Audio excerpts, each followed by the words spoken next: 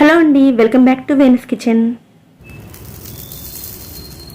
గారెలను ఎప్పుడూ చేసుకునే విధంగా కాకుండా సరికొత్తగా ఇలా పప్పు గారెలను చేయండి. పైన క్రిస్పీగా లోపల సాఫ్ట్గా చాలా రుచిగా ఉంటాయండి. ఈ క్రిస్పీ పప్పు గారెలను ప్రిపేర్ చేయడం కోసం ముందుగా ఒక బౌల్లోకి 1 కప్పు వరకు మినపప్పును తీసుకోండి. ఈ కప్పు మెజర్మెంట్ కప్లోని 1/4 కప్పు వరకు ఉంటుందండి. పప్పును వాటర్ తోటి 2-3 సార్లు క్లీన్ చేసుకున్న తర్వాత తిరిగి వాటర్ని పోసుకోండి. ఈ బౌల్ని పక్కన పెట్టుకుని మరొక బౌల్ని తీసుకుని అందులోకి 1/2 కప్పు వరకు బద్దమైన పప్పును తీసుకోండి. మీరు పొట్టు పప్పునైనా సరే ఉపయోగించుకోవచ్చండి. గారెలపైన పప్పులు ఎక్కువగా ఉండాలి అనుకుంటే మీరు 1/4 కప్పు లేదా 1 కప్పు వరకు కూడా తీసుకోవచ్చండి. ఈ పప్పును కూడా వాటర్తో క్లీన్ చేసుకుని తిరిగి వాటర్ని పోసుకుని 4 లేదా 6 గంటల పాటు నానబెట్టుకోండి. ఓవర్ నైట్ నానబెట్టుకున్నా కూడా పర్వాలేదండి. నేను 6 గంటల పాటు నానబెట్టుకున్నాను. 6 గంటల తర్వాత పప్పులు నానిపోయి ఉంటాయి. ఇప్పుడు ఈ పప్పును మళ్ళీ ఒకసారి వాటర్తో క్లీన్ చేసుకుని వాటర్ మొత్తాన్ని సెపరేట్ చేసుకుని ఉంచుకోండి. ముందుగా బద్దమైన పప్పును స్ట్రైనర్లో వేసుకుని ఉంచుకోండి. ఇందులో నుండి వాటర్ పూర్తిగా సెపరేట్ అయిపోవాలి. అలాగే ఈ పప్పును కూడా శుభ్రంగా కడిగి వాటర్ని సెపరేట్ చేసుకుని ఉంచుకోండి.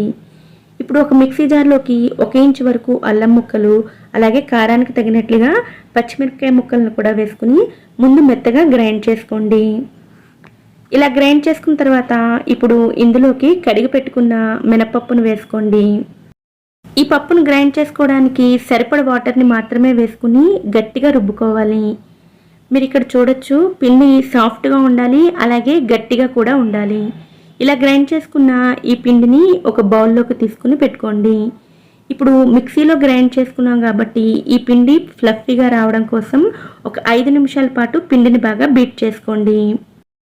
ఇలా చేయడం వల్ల పిండిలో గాలి ఏర్పడి గ్రైండర్లో రుబ్బితే పిండి ఎలా వస్తుందో అలా ఫ్లఫీగా వస్తుందండి.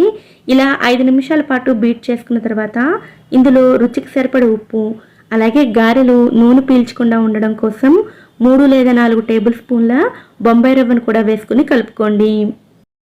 ఇంకా మీకు నచ్చితే ఇందులో ఉల్లిపాయ, కొత్తిమీర, కరివేపాకు లాంటివి కూడా వేసుకోవచ్చండి. ఇలా పిండి మొత్తాన్ని కలుపుకున్న తర్వాత ఒక 5 నిమిషాల పాటు పక్కన పెట్టుకోండి. ఇందులో వేసుకున్న రవ్వ నానడం కోసం 5 నిమిషాలు వదిలేయండి. అలాగే మన స్ట్రైనర్లో ఉంచుకున్న బద్దమైన పప్పును కూడా ఒక బౌల్లోకి తీసుకుని పెట్టుకోండి. ఇప్పుడు చేతిని కొద్దిగా తడి చేసుకుని టీ స్ట్రైనర్ని కూడా తడి చేసుకుని ఇలా వీడియోలో చూపిస్తున్నట్లుగా కొద్దిగా పిండిని తీసుకుని పిండికి పప్పులను బాగా పట్టించుకుని టీ స్ట్రైనర్పై ఉంచుకుని ఇలా హోల్ చేసుకుని గారెల షేప్లోకి చేసుకున్న తర్వాత వేడివేడి నూనెలో వేసుకుని ఫ్రై చేసుకోవాలి. టీ స్ట్రైనర్ను ఉపయోగించడం వల్ల మొదటిసారి చేస్తున్న వారైనా చాలా ఈజీగా ఆయిల్లోకి పిండిని వేసుకోవచ్చండి. అలాగే ఈ గారెలను బాగా వేడిగా ఉన్న నూనెలో వేసుకోవాలి. ఫ్రై చేసుకునేటప్పుడు హై ఫ్లేమ్లో పెట్టుకుని ఫ్రై చేసుకోవాలి. గారెల పిండిలో బొంబాయి రవ్వ వేసుకోవడం వల్ల హై ఫ్లేమ్లో పెట్టుకుని ఫ్రై చేసుకోవడం వల్ల ఈ గారెలు అసలు నూనెను పీల్చుకోవండి, చాలా చక్కగా వస్తాయి. ఈ గారెలు వేడిగా ఉన్నప్పుడు ఎంత క్రిస్పీగా ఉంటాయో చల్లారిన తర్వాత కూడా అంతే క్రిస్పీగా ఉంటాయండి.